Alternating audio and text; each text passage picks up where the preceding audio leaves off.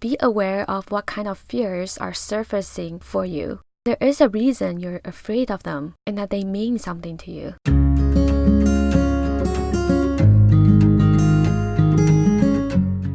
Welcome to the Daring Living podcast, where it's all about personal growth, honest conversations, and exploring what it means to live a passionate, daring life. I'm your host, Shirley Huang.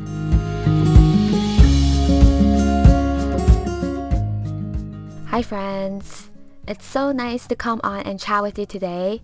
This week's topic, we are talking all about fear. Yes, our good old friend, fear. I think we cannot not talk about fear on this podcast because it is such an important part of what it means to live a daring life. Personally, I've had a good, long, complicated, and now evolving relationship with fear. I want to share with you my fear story today and also some insights that I've learned throughout the years. This episode is going to be a little bit different from my previous episodes. This will be a little bit more of a personal one, but we will still cover some tips related to fear. But it's just that it will be a lot more personal, which is not something I usually do. So yeah, I hope you enjoy this format. So before I begin, I just want to clarify something. Generally, there are two types of fears. So there's the type of fear that stimulates the fight or flight response as a result of a sudden, intense fear. For example, if you hear a loud noise and you jump as a result. So the type of fear that I'm talking about here is more of an internal feeling. The feeling of fear, it is an emotion, and I'm using both phrases, feeling and emotion, the same here. Being controlled by fear. This was a huge part of, I would say, at least the first 20 years of my life. I had just always been a very fearful person. I moved to Canada with my family from Taiwan when I was about 10 years old. And at the time, I didn't know any English at all. So I was very shy and I was just very afraid of everything. I think that is when I first started to really take on the feeling of fear and to really live and be controlled by this emotion. When we first came here, I was super scared to cross the street by myself or even go into the store and ask for change.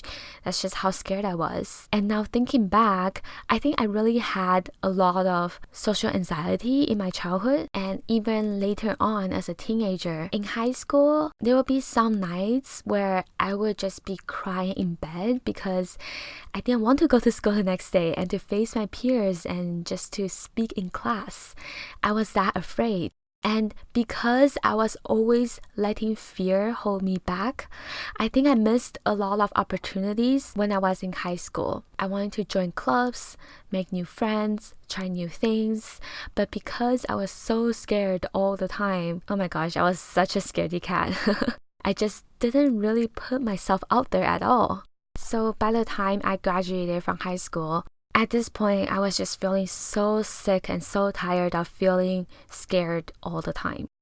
I told myself, okay, from now on, I'm just going to put myself out there, confront all my fears, and then overcome them. I wanted to be fearless. So I think I took that very literally. So the next few years after that, I got very attracted to more extreme and more active type of sports. I've done skydiving, bungee jumping, scuba diving, surfing, snowboarding. I just really enjoy that feeling of that adrenaline rush and that excitement that came with it. It was the excitement of confronting my fear and facing my fear head on. I went on a solo backpacking trip by myself, and for the first few days I would be so afraid to fall asleep because I thought that I would get kidnapped or I would get lost and that I wouldn't be able to go home. I was so scared. And now thinking back, many of my biggest decisions and turning points that happened to me during that time all kind of stemmed from an element of fear. For example, one of the reasons I chose business as my major in university or college, depending on where you're at, I chose business because I was afraid of public speaking and of putting myself out there. And that is what you need to do in business, right? I remember just constantly putting myself out there and attending all sorts of networking and social events. In almost every class, we had to make presentations. I used to be so afraid of them. When I was speaking, I could feel my hands tremble, my voice would crack, my heart would be beating so loud, and seriously, a couple of times I would just blank out and then completely forget what I was going to say. But I just kept doing it.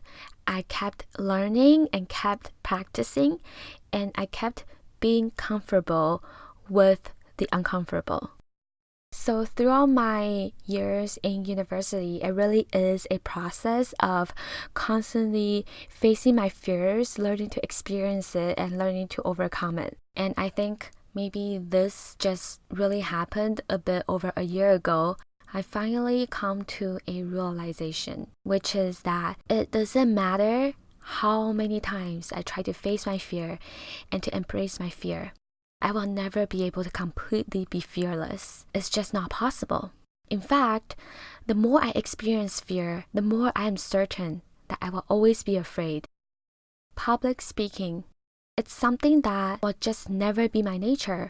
It doesn't matter how many times I practice, I will always feel that anxiety whenever I'm speaking in front of a group of people.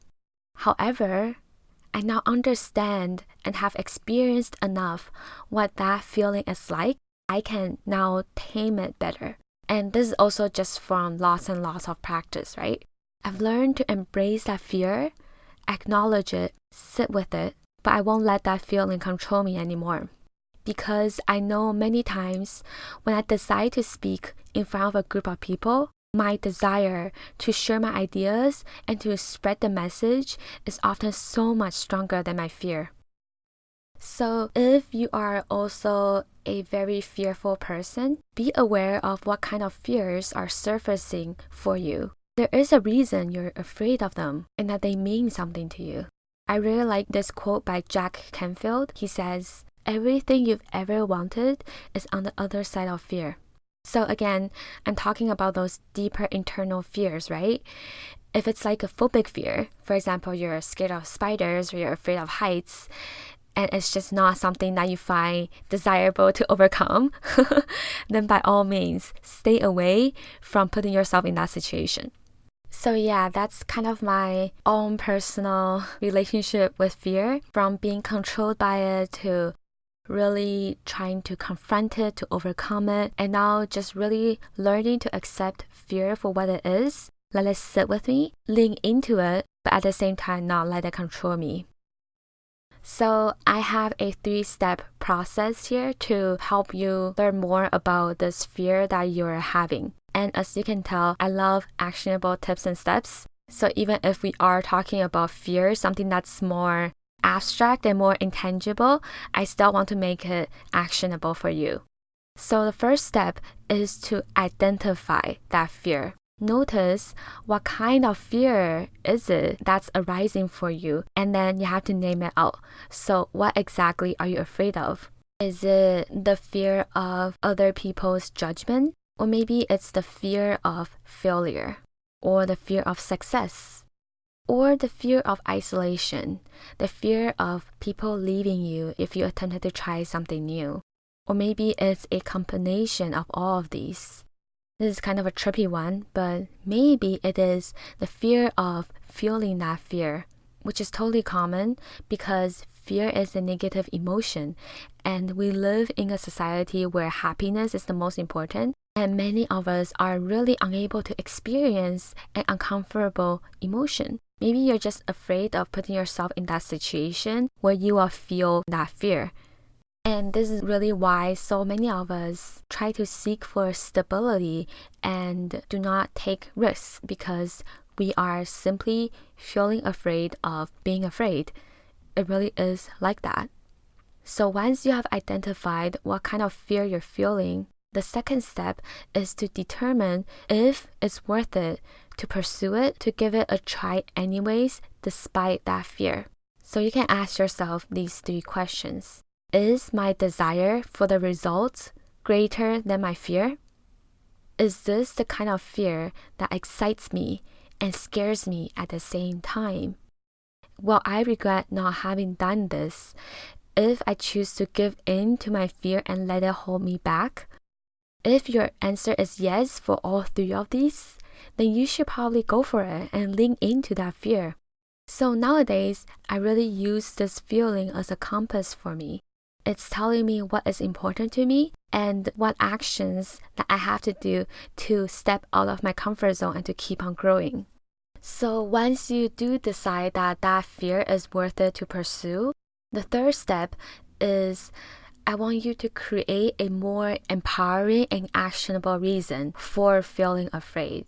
Remember that fear is just a feeling, right? But you can create your own definition and your own thoughts on how you want that feeling to be. So instead of creating a negative thought about why you're so afraid, I want you to create a more empowering and actionable thought for that feeling. Okay, so stay with me here. Let me give you an example. Let's use the public speaking example. You are afraid of public speaking. So the negative thoughts revolving around that fear would be, I will mess up, people will laugh at me, I will forget my lines. On the other hand, the more empowering thought for feeling that fear would be, I feel fear because doing this is important to me. I will grow from this experience. My desire to spread my ideas is so much more important than my fear. What I have to share is valuable. So people will really be focusing on what I have to say instead of focusing on how I'm behaving. Do you see a difference? Okay, let me give you another example. Maybe you are afraid to ask someone out on a date. So the negative thought for that fear would be, I will get rejected. I will feel very embarrassed. I will die. Maybe, just slightly. Okay, on the other hand, the more empowering thought would be, I am speaking up for myself. I am asking for what I want. I am taking charge of my life. This would make a great story for me to talk about in the future. If he does say yes, that'll be awesome. I will so look forward to our date. If he says no, oh my gosh, thank God, now I can move on. Do you see how just by changing your story and changing your thoughts about that feeling, it's so much more empowering, right? I also want to introduce another interesting concept to you. I learned this from Mel Robbins, so I will link the video where she talked about this in my show notes and you can check it out after. But basically, she shared this idea. Did you know that it is the same kind of chemical release for both the feeling of fear and the feeling of excitement? It is the same. So what differentiates us from feeling fear compared to feeling excitement, it's really just our own interpretation of that feeling. I used to be very scared and afraid of driving. I remember right before when I was about to take the driver's exam, I would be so nervous. My heart would be thumping, my hands shaking, and I just wouldn't even be able to concentrate throughout the day. And eventually, I told myself, okay, sure, you cannot take the test like this. You are going to fail. So what I did was I changed the reason why I'm feeling this way. So instead of telling myself, I am so afraid of driving, I'm so nervous of driving, I told myself, I'm excited to get my driver's license. I'm excited to be independent so that I can finally drive by myself on the road on my own. And that is why I'm feeling this way. And immediately, that thought, because I justified my feeling to a more empowering one, it made me feel so much better. And I got my driver's license after, yay! In order to live a daring life, it means embracing and accepting every piece of us, including our insecurities, our imperfections, and our fears. I know very well that sometimes we hide from that fear. We refuse to feel that fear because feeling afraid is so daunting sometimes that just thinking about it will make your stomach turn, your voice tremble, and your fingers go cold. But during those vulnerable moments, if you feel fear, acknowledge it, and still decide to show up, to do what you wanted to do anyways, repeatedly, again and again. My friend, that is called courage. You need to be afraid to be strong. And sometimes, in order to grow, you need to face your fears to be better than who you were. And it is only when you are able to embrace yourself completely can you truly live a more honest, courageous, and passionate life. This is what daring living is all about. Oh my god, I think I just teared up a little bit trying to talk about that. So I really hope that you enjoyed this episode about fear. It is a little bit different, and I will sum it up very quickly for you. It is quite impossible to be fearless. So what really you should do is learning to sit with that fear, to acknowledge it being there, and to experience it over and over again, enough so that you can learn to not let it control you. 3 steps to break down your fear. First, identify which specific fear is arising for you. Next, determine if it's something worth it for you to pursue, and ask yourself these 3 questions. Is your desire for the result greater than that fear? Is this the kind of fear that excites you and scares you at the same time? Will I regret not having done this if I choose to give in to my fear? If your answer is yes to all 3 of these questions, then you should probably go on and pursue that fear. If you do decide to face it, you can try creating a more empowering and actionable reason for feeling afraid. Change your thoughts and story about that fear to one that serves you better, because remember, the feeling of fear and excitement is actually the same thing. It's just your own interpretation of it. And lastly, learning to accept and face your fears is a courageous act, and it's an essential part of wholehearted living and a part of what it means to live a daring life. Guys, I really enjoyed this episode and I hope that you do too. I would love to hear your feedback and your thoughts about fear, and what relationship do you have with fear right now? What do you enjoy about this episode? Feel free to let me know on Instagram at Daring Living, and tag me in your IG story and let me know which part in this episode did you like the most. Love you all so much. Enjoy the rest of your week. Have an amazing week, and I will see you next time. Bye bye.